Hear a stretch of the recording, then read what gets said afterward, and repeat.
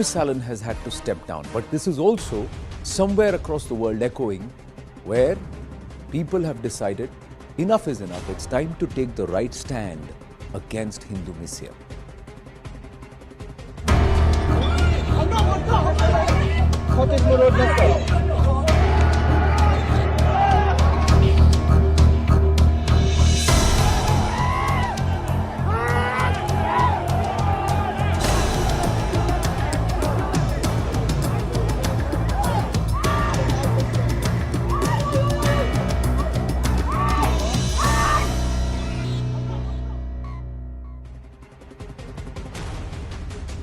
So let's get to the details. Dr. Chris Allen and his controversial views. This is what he had penned in that article, where he says wearing masks, hoodies, balaclavas, they chanted Jai Shri Ram, synonymous with Hindu nationalist violence. This is what he has penned, and he was supposed to conduct an impartial investigation. Necessary to examine the extent of Hindutva ideologies causing tensions outside India. What is a Hindutva ideology? Hindutva is Hinduness. So where is the ideology behind this? Is this a studied understanding of what is Hindutva, or a political narrative written or being extolled by a professor? These are questions that have been asked. Hindutva sentiment on rise in Britain since 2014. Hindus have lived in Britain even from before independence and of course soon after. Hindutva promotes hate for all non-Hindu religions and Muslims in particular. One would want to ask, what is the basis and what is the proof for a professor to write this? Can he back this with stated proof that Hinduness, which talks about Ekam Sat Vipra Bahuda Vedanti, all road leads to lead to just one particular truth, an inclusive thought process or philosophy. He has said that it has hatred for all other religions, non-Hindu religions. How is this person making a statement like this? And how is he sitting at the chair of an impartial investigation? These are questions that were raised, and that's the reason why he has stepped down, ladies and gentlemen. Standing up to Hindu hate, standing up to Hindu Messiah, the Leicester ruckus. Let's get into this with our panelists today.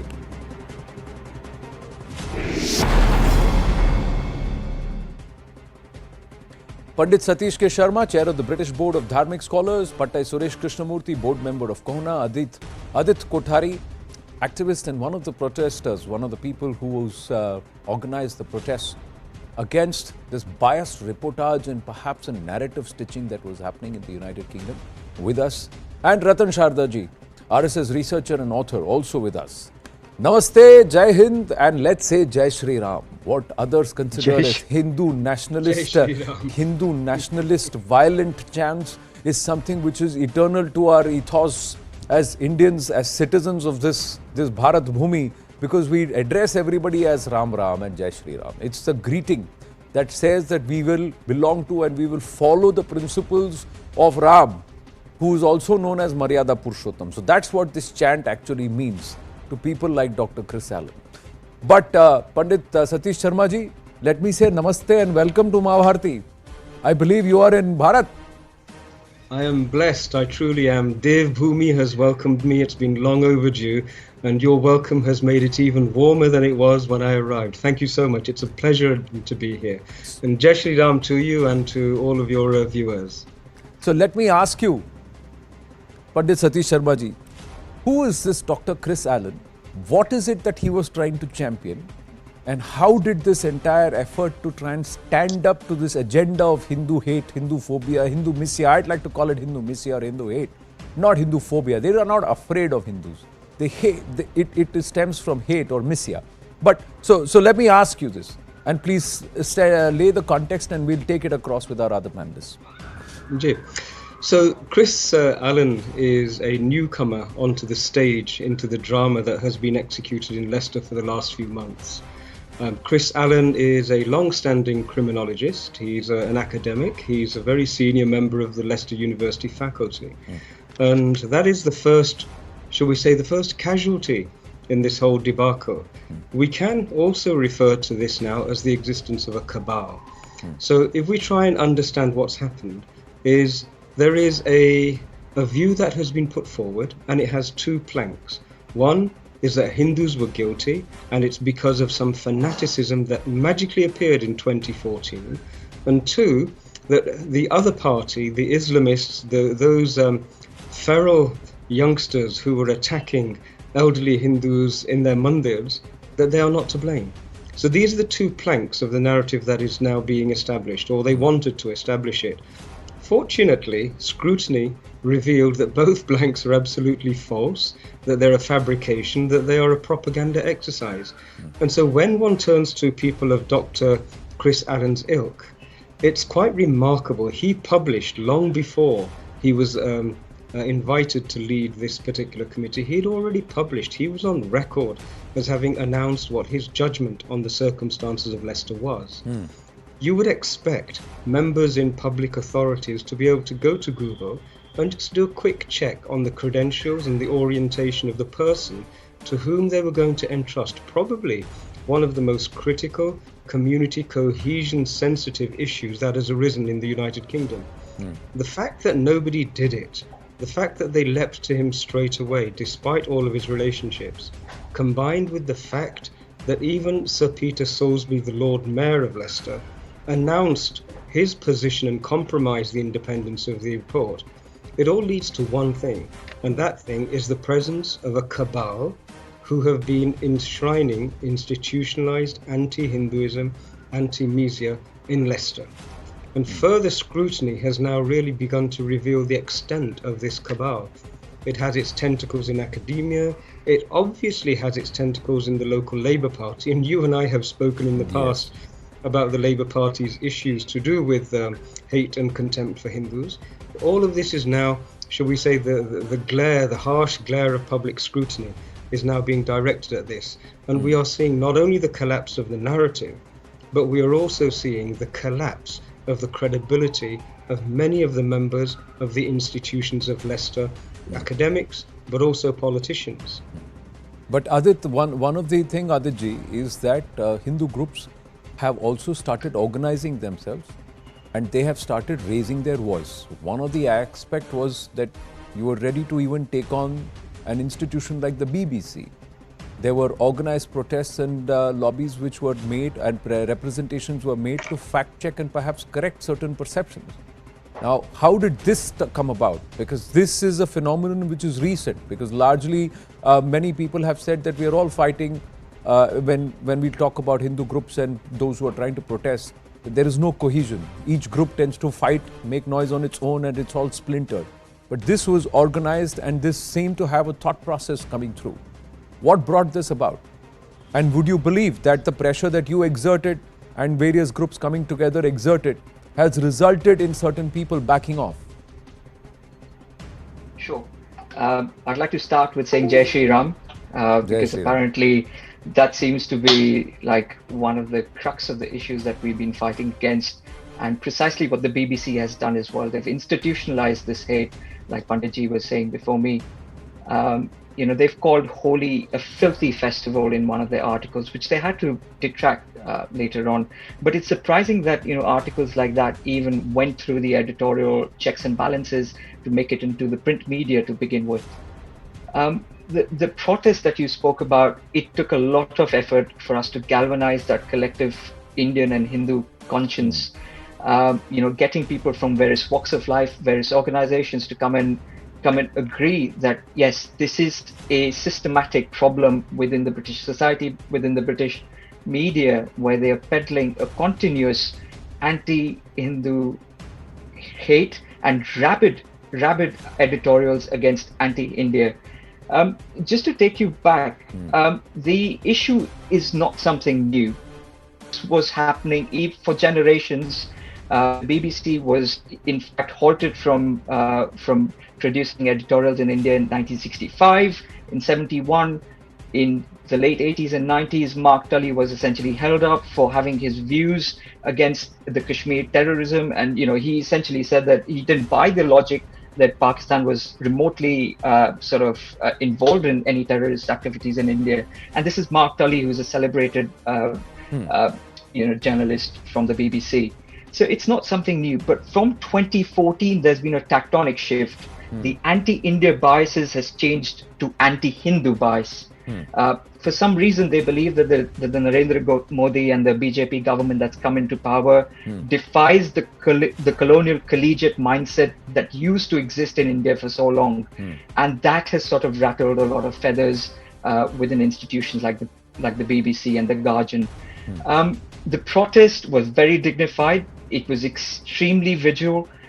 People were very articulate with what the issues with the BBC was, and they were able to get their points across in a memorandum with complete list of references to all of the anti-Indian, anti-Hindu biases that the BBC have peddled for generations now.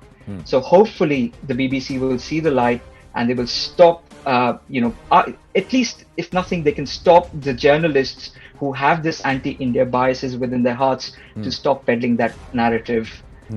So we will hope for that. But at least what this protest has done, it's galvanized more information about the BBC and the Guardian. It's spread awareness within the community in India and Britain that there is this concerted effort, overt and sometimes covert, to peddle this anti-India and anti-Hindu narrative. Now, this anti-India and anti-Hindu narrative, Patte Suresh Krishnamurthy, is present even in the US. So, if Sadhvi Ritumbra was not allowed to land in the UK, she was not allowed to even address a gathering which was planned, permitted for in Atlanta. But we also saw counters coming through. We saw Satya Josapati and his entire group putting up hoardings. There was a big hoarding campaign which happened in New Jersey, where Hindu groups decided to stand up to this kind of Hindu messiah and this kind of bias. But this anti-Hindu bias or this anti-India bias, is it fueled by the rise of the BJP and Narendra Modi? Or is that how the narrative has been stitched? And so far there has not been an active counter to quell this propaganda or to challenge this propaganda. It's happening perhaps say 8 years later. Well, yes. So first of all, Jai Shri Ram, Har Har Mahadeva. We believe, and for us, of course, it's a way to reconnect back with our roots. There's no war chant here. There's no call for violence or anything like that. So yes, I'm very proud to be that. I'd go back to what Pandit Sharma has pointed out, which is academia in the United States is not lagging far behind. In fact, Rajiv Malhotraji's new book deals with this a lot, which is, it's talking about snakes in the Ganga. It focuses on Harvard. We have professors at Dr. Vishwanathan, Vijaya Vishwanathan has also contributed to it, and she's also Atlanta-based, I believe. That's right. That's right. And we have professors from Rutgers who have tied up with what I would call the fundamentalist Muslim organizations, IAMC, for example. And to them, everything, absolutely everything, is Hindu nationalism. They have targeted Hindu Students' Council. They have targeted the Hindu American Foundation. They have targeted SEVA, which has done fantastic work during the COVID crisis in the United States. So to them, everything is Hindu nationalism, and Hindu nationalism by default somehow is violent and fascist. And this story has been going around with absolutely no evidence, as Pandit Sharma pointed out, absolutely no evidence of any violence anywhere. So we have, yes, you're right, we are starting a little bit late, but we are also being very effective. Apart from Satya Josapati, Kona, for example, conducted a day at the Hill where we briefed several congressmen and congresswomen on this issue. They were very receptive to it. We have coordinated efforts going on throughout the country where we are bringing attention to this phenomenon of painting everybody on anybody who speaks anywhere positive about Hinduism, about our practices, as automatically somehow tainted by a philosophy that they define to be violent with no evidence. So they keep throwing this, oh, it's a scholarly work. Well, how scholarly can it be when the people who are quote unquote peer reviewing it are the exact same people who are peer reviewing everything you ever wrote? one of the peer reviewers, when one of the peer reviewers is your thesis advisor, just how peer-reviewed are these scholarly works? So we are starting to push back very hard. Kona is becoming very successful in the United States, and I think it's just a matter of time before a target gets painted on our backs as well. No, I think because Sureshji, one of the aspects, and I'm coming back to Dr. Chris Allen as I bring in Ratan Shardaji also, is that when he writes that Hindutva itself is non-inclusive, and it hates every other religion outside of Hinduism.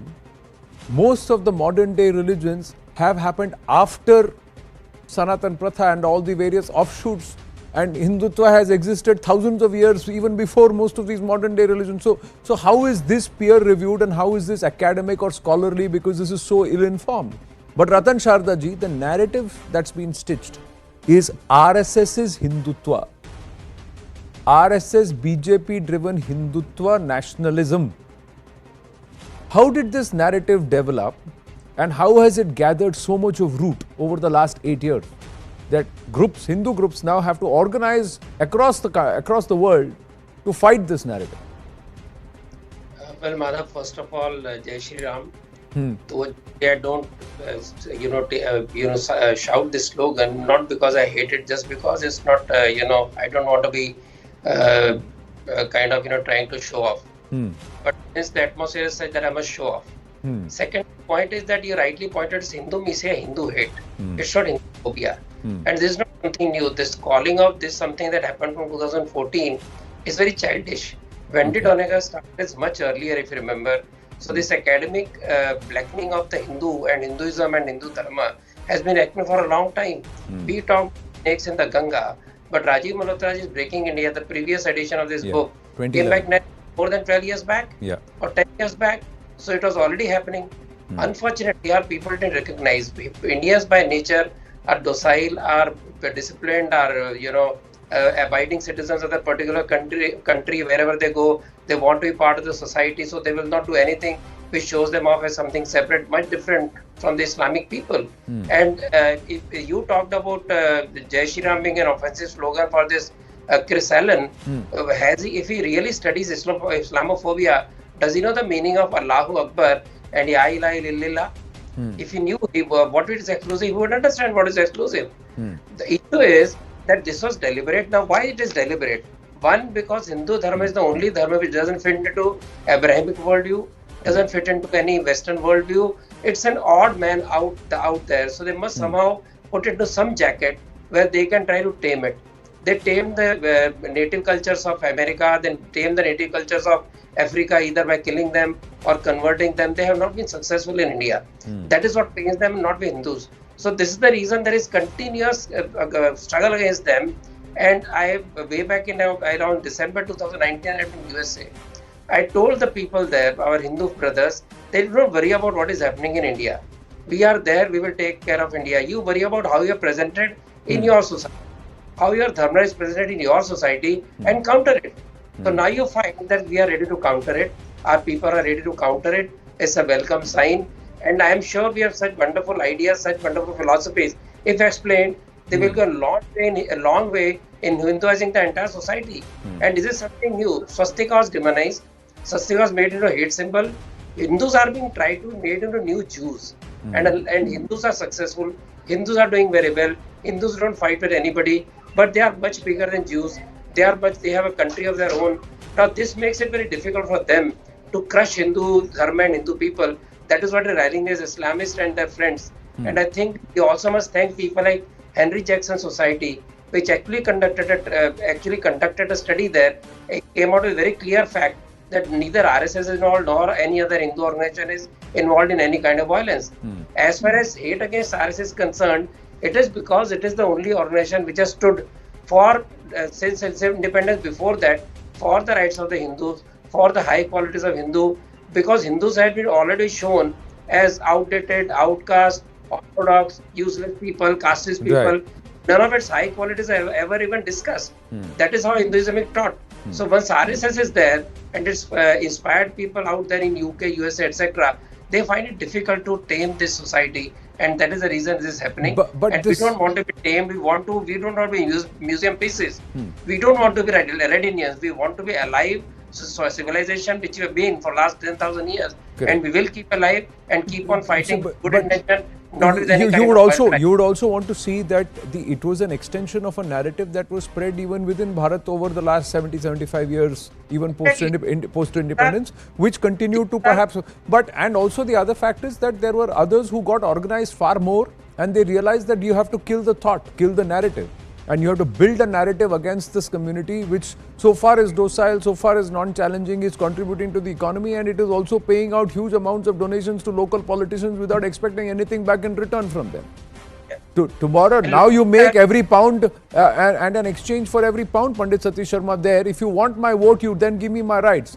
But the challenge there, Panditji, is that you are again now we are going to get caught in this argument. Even as somebody like Dr. Chris Allen, how did he get sucked up into it? He's an intelligent person, he's a senior person, he's somebody who's a professor at Leicester University. How did he get caught in this narrative? Because his 2001 article also, he's drawing parallels to far-right white supremacists with Hindu nationalists or Hindutvawadis. Now, this is something, how did he make this parallel with his intelligence? How did he draw this conclusion? Because again, what he's done is he's very smartly portrayed the Islamists or the Muslim groups as victims, and the perpetrators or the offenders, in that case in 2001, post 9/11, were the far-right groups.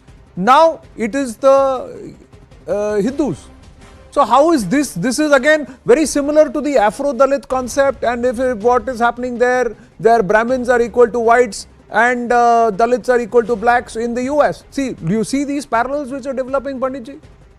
Gee, they are too difficult to avoid. They're self-evident. When a reasonable person tries to piece together pieces of a jigsaw puzzle and then a picture is presented, you have to accept the picture that's presented no matter how uncomfortable it is. And the picture that's being presented to us is the existence of Islamist and extreme leftist cabals masquerading as academics, masquerading as politicians, to the detriment of the British people, including and specifically in this instance the British Hindu people. This is established. We have no reason or need to interrogate it further. The Henry Jackson report adds weight to this. But you see, the larger picture though, which we have to then ask a question about, is who is on trial here?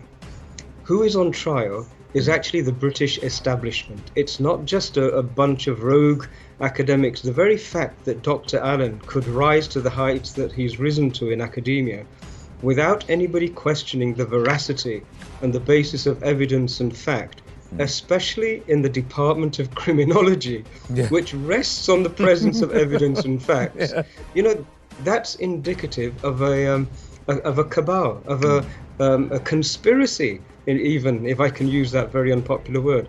But I remember Subhash Chandra Bose once said, he said, the British have elevated sanctimony to the level of being a weapon of state. Now, I think this is really what we are seeing. We are seeing the BBC using that moral high ground to denigrate and to be finger-wagging at British Hindus and Hindus generally. We're seeing Leicester University doing exactly the same thing. We're seeing Peter Soulsby doing exactly the same thing. But what has happened, and this was beyond their expectation because they were totally obviously unprepared for it, is that the Hindu community here in the United Kingdom turned the magnifying glass upon them, and what we found has been revealed to all and sundry. The Hindu community in Bharat added amplification to the discoveries, added the weight of numbers, and also passion to everything that we were doing. It was wonderful to see hundreds of thousands of people in Bharat tweeting, supporting, portals, news broadcasts. That was totally unexpected. And what it's done now is it's put the British establishment with its colonialist elements in the dock. They're in the dock of public opinion, and they're in the dock of interrogation and scrutiny. And I think they're going to be found wanting. The British have these lovely Nolan principles which Peter Soulsby and Dr. Allen are required to follow. And if I share with you the principles, you will laugh when you try and match them with their actions. The first is selflessness, integrity, objectivity, accountability, openness, honesty, leadership. You know, it's all wonderful. Isn't it wonderful? And these are requirements for people in public office. And yet none of those 7 principles has been adhered to by any of this group, this cabal within Leicester. And unless there is a price, unless they are brought to task, I can't see that confidence in the establishment can be restored. This is what's really on trial. And I'm looking forward to seeing what the jury comes back with. Well, Ratan Sharda ji has a Britain Connect. He's just telling me, why don't you tell our viewers, Ratan ji, what you've just sent me here on as a personal message, rather than me reading it out. You should say it. You should share it. You have a connection with Leicester, don't you? Yeah, family connection. Actually, my eldest brother was a student there for MPhil in Leeds University, and he started the Vivekanand chair there, and he was instrumental in the first Hindu temple being constructed in Leicester, sorry. So that's the connection. My 2 cousins live there, and they were the ones who started Hindu Swayamsevak Sangh work there along with some seniors. So I have a lot of friends there. That's why I know the condition of Hindus there. And when you're talking about, why they say it, as I talked about the Abrahamic versus a non-Abrahamic faith, you will find the strange connection of left Islamist forces, where Islamists and left are working together in the name of liberalism, while Islam has no place for liberalism, and liberals have become totally illiberal. Where there is communism, there is no Islam. Where there is Islam, there is no communism. Despite that, in a way that they want to somehow subdue Hindus for no reason that I can understand, except that they find them a strange kind of people whom they cannot, digest or finish their cultural strength. This is the reason all this is happening. But ultimately, they will come to grief, because if we have to save the world, we only can do through inclusive philosophy, which is Hindu philosophy, and that is the way forward. No, but the other aspect is, if I can bring in Aditji here, this Hindu messiah has been there for a while. There is a pattern, and that's exactly what I want to also look at in detail. Now, there were attacks on Hindus at Leicester. There was a temple vandalized in Smithwick. You had campaigns of Hindu candidates at US elections derailed. There were Oxford students, Rashmi Samant, termed the Hindutva agent. Rajiv Malhotra ji was not allowed to speak. The other aspects. Then you also had Vivek Agnihotri being harangued and not being allowed place to go ahead and speak when he was already scheduled to do that with Kashmir files. Rashmi Samant forced to quit as elected student president elect at Oxford. Prejudice against Rajiv Malhotra, like I said. Acts of vandalism and bias in Australia. Unfounded bias against Hindu traditions among Western intellectuals, like they mentioned swastika.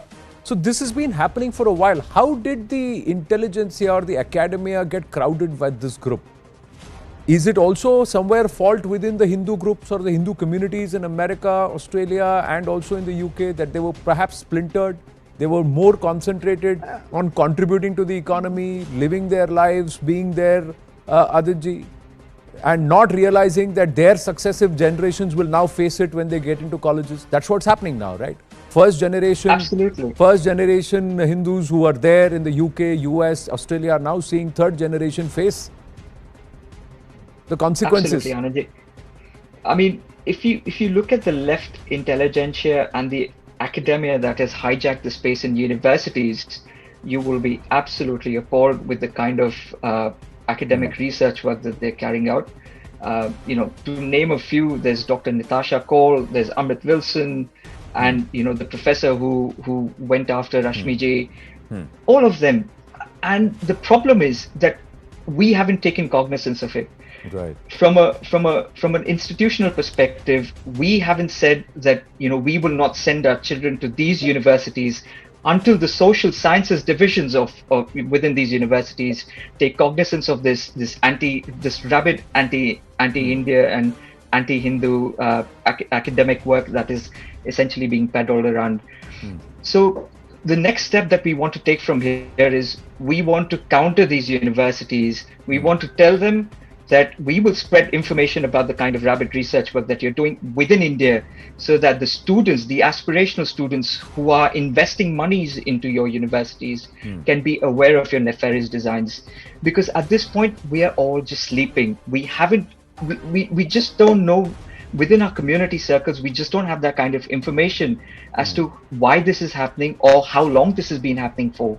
So I think that awareness coming out from our community will be a massive help to sort of create that sort of balance and that equilibrium. Right. When it comes to the question of Hindu intelligentsia, I think we've taken the spirit of freedom of speech way too far. I mean, if you look at it historically, blasphemy law, for example, that is seriously a result of us giving away our space for freedom of speech. Correct. So, historically, we've been very weak in carving out our arguments. They're not just weak in carving out, we've been weak in fighting for these arguments and, voicing them vociferously at the right platforms and perhaps creating the right lobbies at the right places. And that's why we find our temples in our own country controlled by governments, whereas all other religious institutions are being free to run their own affairs. So that's the level to which we have allowed ourselves to be dictated and doctored, however you'd want to use the phrase. I have limited and using the funds using the funds. Obviously, all of that included. And now we are at a stage where we don't know whether we can run our temples if the governments walk away. We've been conditioned to think that our temples are supposed to be run by governments. That's how we've been conditioned. Just like we've been conditioned to say that, okay, whatever the academia at these universities and at these places, they turn around and say that is gospel or that is true. And what is actually the truth should not be considered at all. We've been conditioned that way. I have limited time, actually run over time, but quick comments from Patel Suresh Krishnamurthy and also Pandit Satish Sharma. Satish ji raised his hand, so Suresh ji, I'll just go to him and then I'll come back to you to close the debate. Sure. Yes, Satish ji. Gee, thank you. I just wanted to give a shout out to the previous generations, because I don't think many people realize what a hardship and how terribly difficult it was for old generations. The first generation in the United Kingdom suffered hate and physical violence. I can remember the attacks that used to be inflicted upon them. And what they did is they established a base. Now what's happened is we have a generation who can establish a base in language. And now that they're establishing it, we are going to achieve one thing. And I'll share with you what that one thing is. We have been civilizationally gaslit.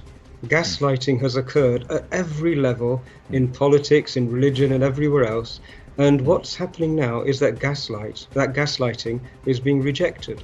And those who have established power and wealth as a result of gaslighting Bharat, they are feeling very, very vulnerable.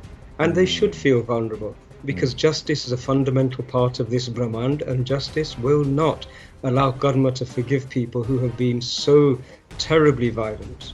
One thunderstorm can actually extinguish this entire gaslight. So that's also possible. But yes, Suresh ji.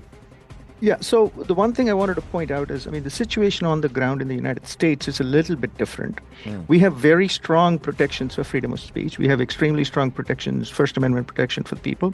And I am very much optimistic that at the very core, the American people are fundamentally fair. They recognize when there is discrimination. They recognize when there is unfairness. And it is shame on us as the Hindu community to not have taken advantage of that infrastructure to make our own case. That is something we are changing. At Kona, we are fundamentally made a decision to play within the rules, to continue to take advantage of the protections that this great country offers us. Right. And we are being successful. There's no question that our outreach to lawmakers, our outreach to other organizations, and presenting a unified front from within the confines of the US Constitution is really showing the American people, and I dare say the political parties in the United States, just how badly the Hindu Americans are being gaslit. So I am very optimistic that we can continue to fight this fight if we make the case on its merits, if we continue to make the argument that, don't just reflexively declare Hindu nationalism to be fascist. It's not anything like that. Right. There aren't lines of people waiting in the United States to kill hundreds of millions of Muslims. That is just fundamentally wrong. So we are choosing to play within the confines, within the protections of the Constitution, and we are very confident we'll succeed. And see, second largest population of Muslims on any landmass in any country exists in Bharat. So if the intention was to extinguish Muslims, that would not have happened. That would have first happened in Mahabharati, and that is not there. So this is the biggest example. So what we need to do is that we need to get the Gyan Chakshus of a lot of people open now. But wonderful conversation, gentlemen. Thank you very, very much for adding perspective, weight, and also lending your voices on this platform and taking the right stand for the right cause. Namaste and Jai Shri Ram. Thank you very, very much. Jai Shri Ram. Jai Shri Ram. Namah Parvati Pataye Har Har Mahadeva. Har Har Mahadev. Thank you. Thank you so much. Well, we're going to take a very short break, ladies and gentlemen. When we come back, it's the common code call that now echoes, it resounds in the courtrooms from Karnataka into Kerala. Stay with us.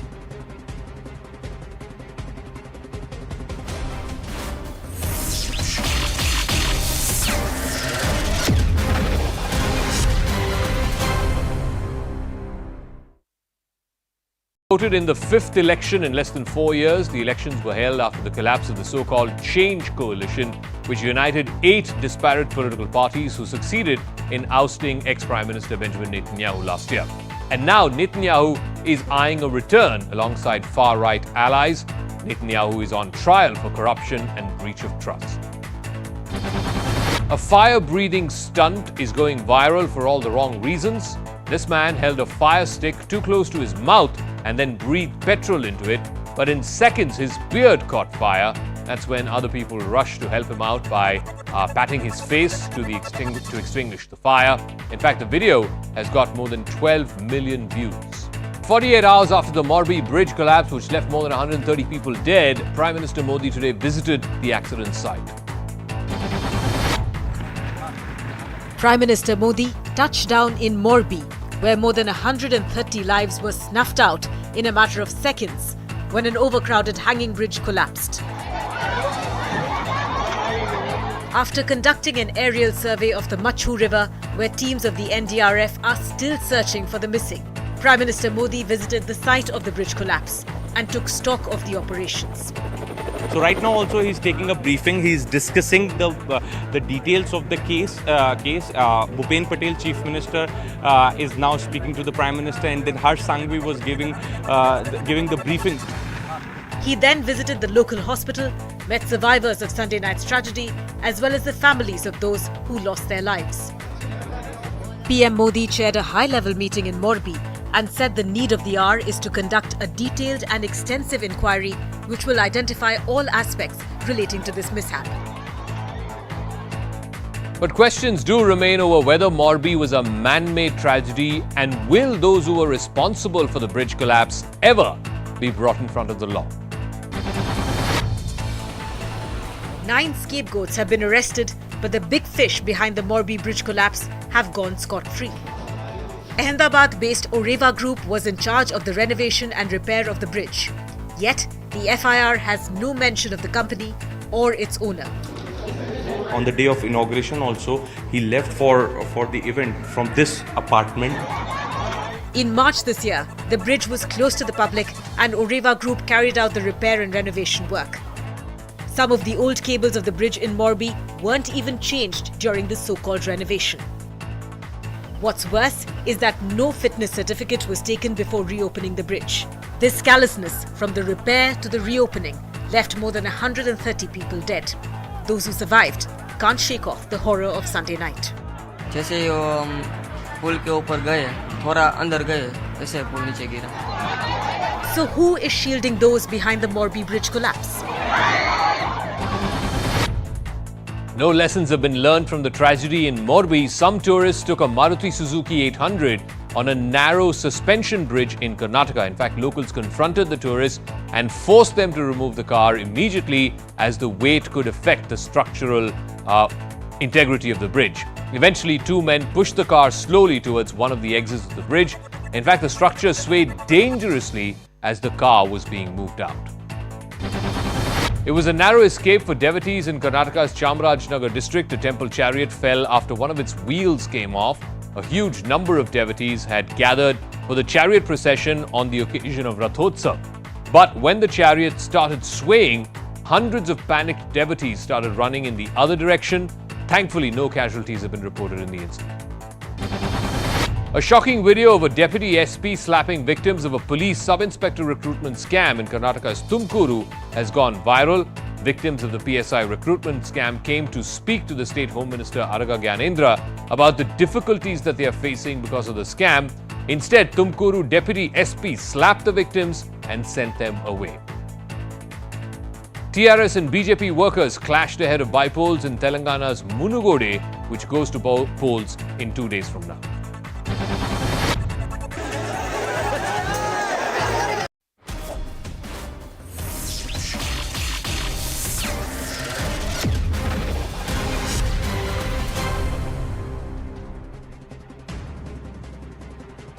Welcome back, ladies and gentlemen, and it's once again coming across to personal law versus a common code. Can one particular law or interpretation as far as Shariat or their own personal law for a particular community or group, I'm saying Shariat because in this case the matter pertains to Muslim personal law, be it in the Karnataka court or even in the Kerala court. Can that supersede what should be applicable? So we talked about POCSO. Now again, the right to call for divorce. Can certain clerics decide and hold sway over whether or not a woman can call for khula? What is the interpretation of the Shariat? Can it be apportioned to certain individuals who call themselves custodians of the law, or somebody who has studied or knows the codes by heart? By knowing something by heart, do you understand it, or are you then using it as per your own interpretation? Now, these are aspects which the court has also gotten into. Court saying that the Islamic clergy can't decide applicability. The court's also saying that courts are manned by trained legal minds. Not everybody can become a judge. I may know all the laws, but does that make me a judge or make me a lawyer? No. So you have to be trained for it. So that's what the courts are coming out and saying. This is the Kerala High Court which has opined on this. So the Karnataka High Court has annulled Muslim minors' marriage, saying that POCSO prevails over your personal law, which says that the moment a woman attains puberty, a girl attains puberty, you can get her married off. Kerala High Court saying trained legal minds must prevail in courts. It's not an individual's interpretation of a particular personal law.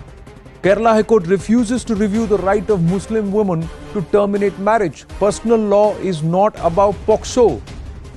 So, in this case, what the argument once again boils down to is, should we as a country be one nation with one law, especially for those which are aspects of personal contracts?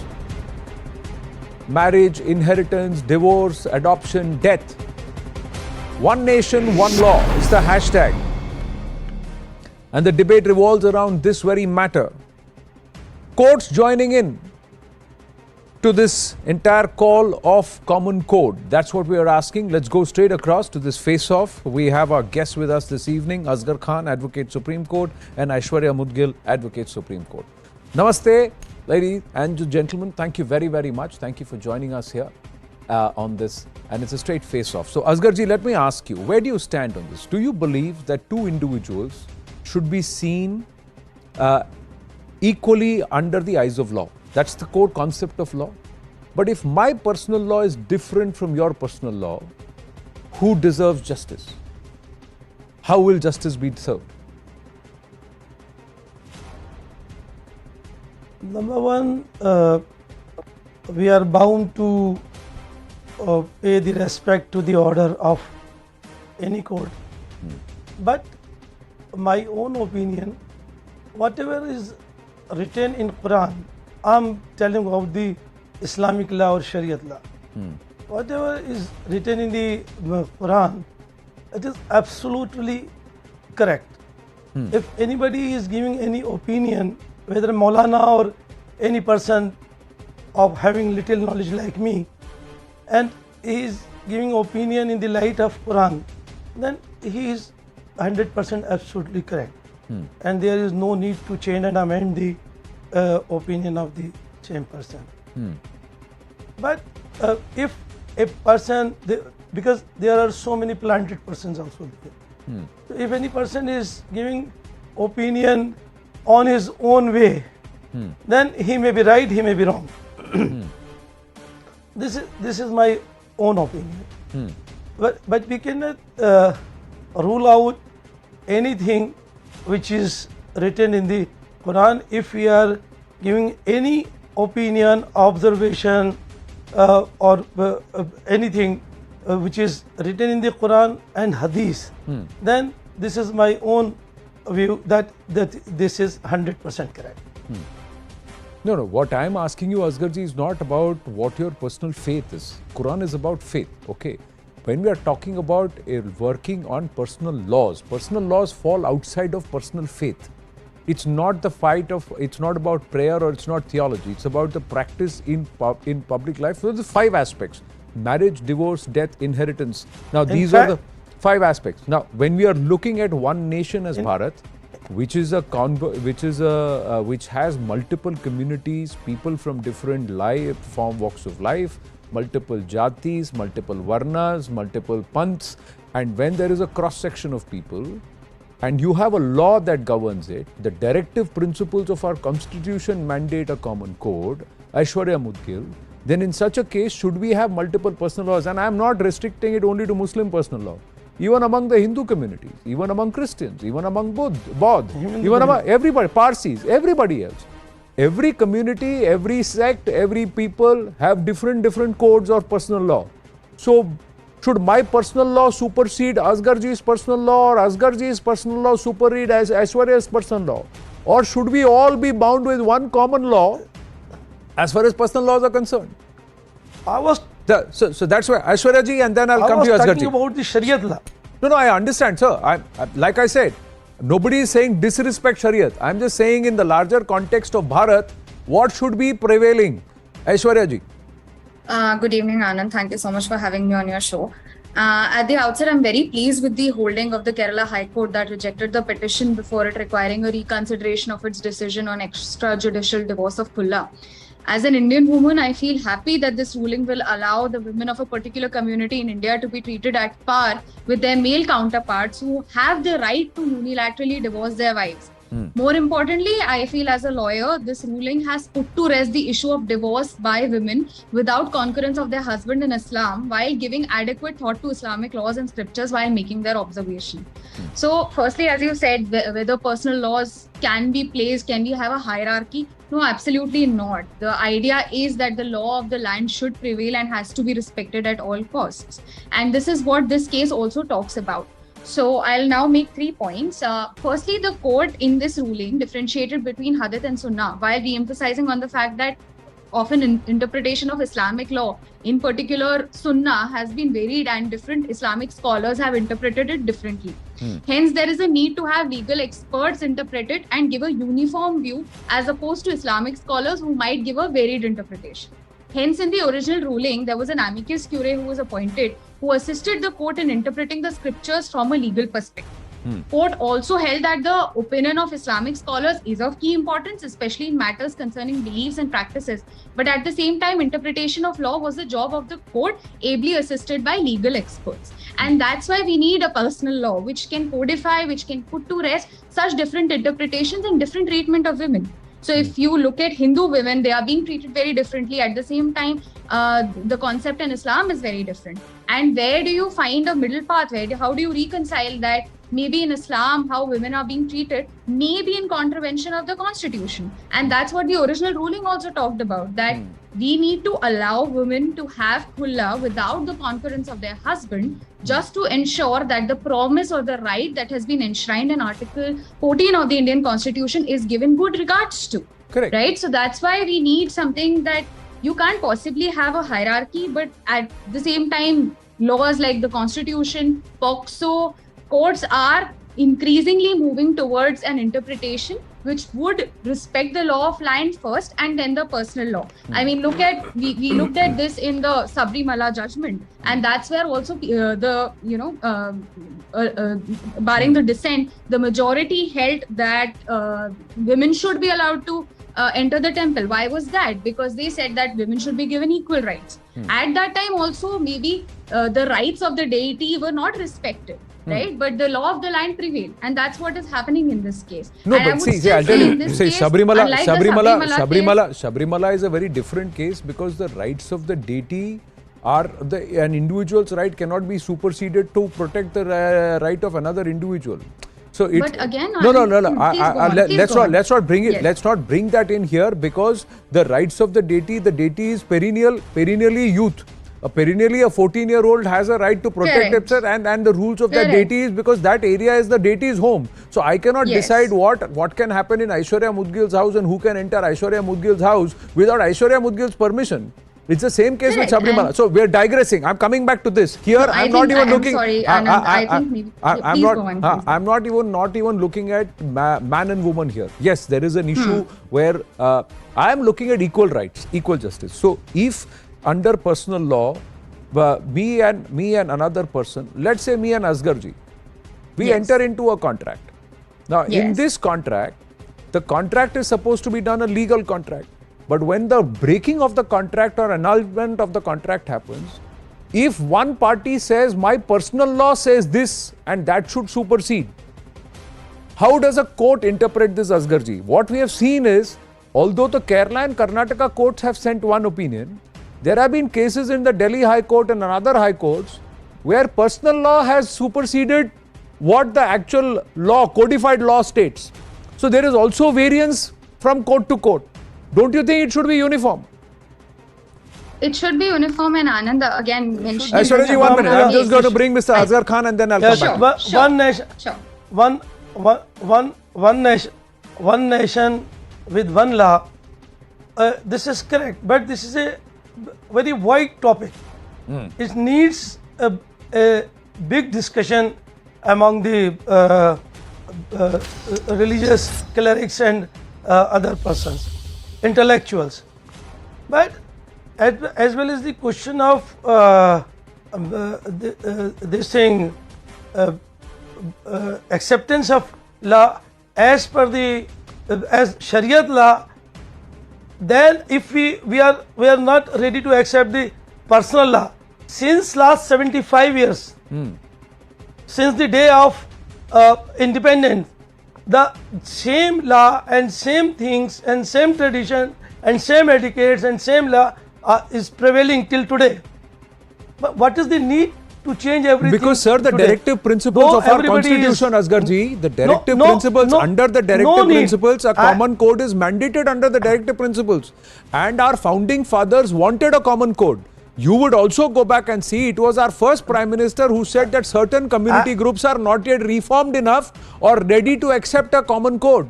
My point, sir, is today, if you are looking equality as justice, I think justice has to be equal. आप मानते हैं? Asgar ji, आप मानते हैं?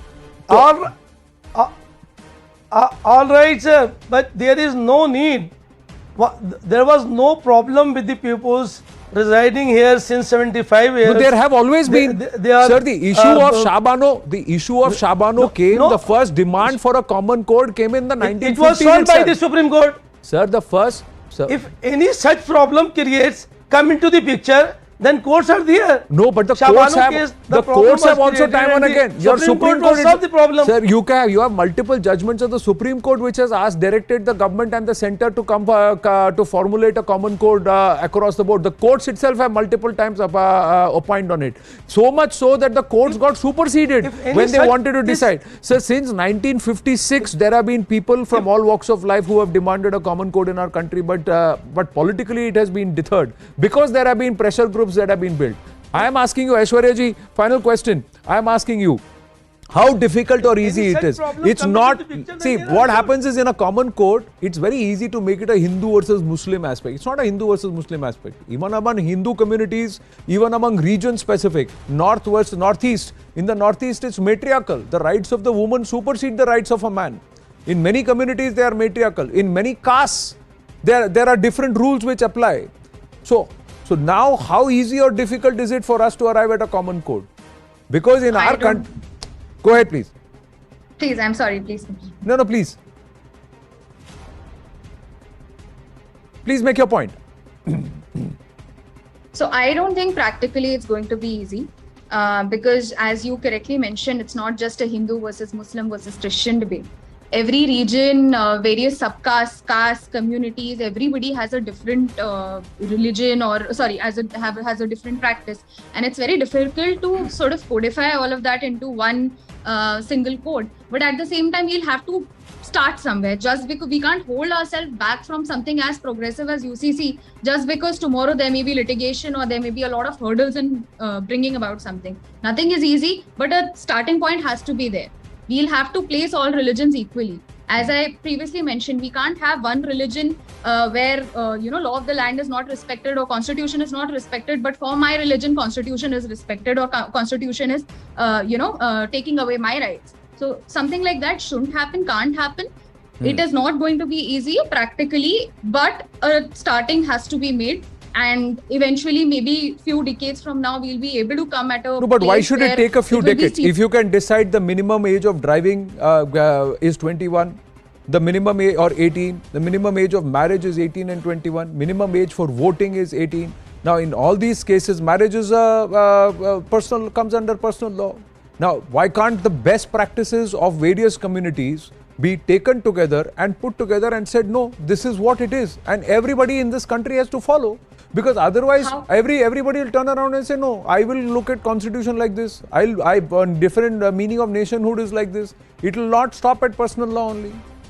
Why can't there be, see, if there is a very great, fantastic process of divorce in the Christian community or within the Muslim community, use that issue. If there are rules for inheritance which are very good, let's bring that together from other communities. If there are rules for adoption which are kept, there are rules for birth and death which are kept, and property, etc.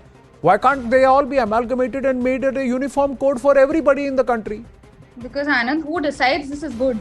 Good is a very subjective thing, right? So for what is good for maybe one community may not be good for someone else. So who decides and how do you decide which one is good? Right. Maybe Muslim laws permit, and even the courts have said No, but there are a lot of laws where decisions have been made saying that this is what is good for the country. So some people put their minds together and they've been doing so, they've done it. So if it can be done, if the will is put, then it can be done. Will it be done? That's a big question. I have to wind up. Asghar Khanji and Aishwarya Mudgal, thank you very much. That's all we have time for in this edition of The Right Stand. Stay with us. Brass Tacks follows.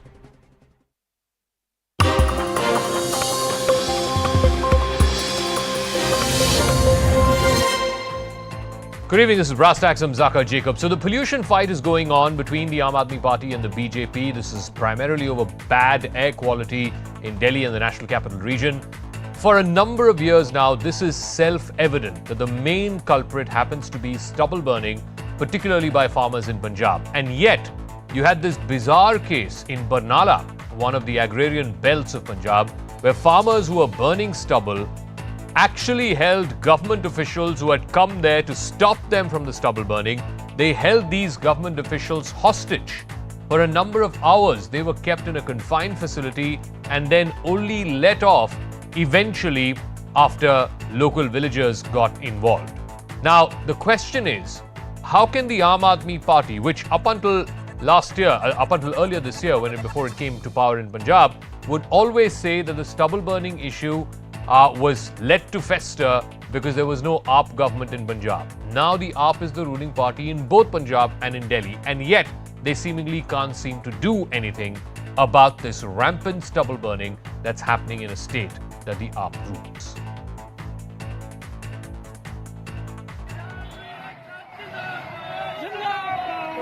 These images sum up Punjab government's failure to control farm fires raging across the state.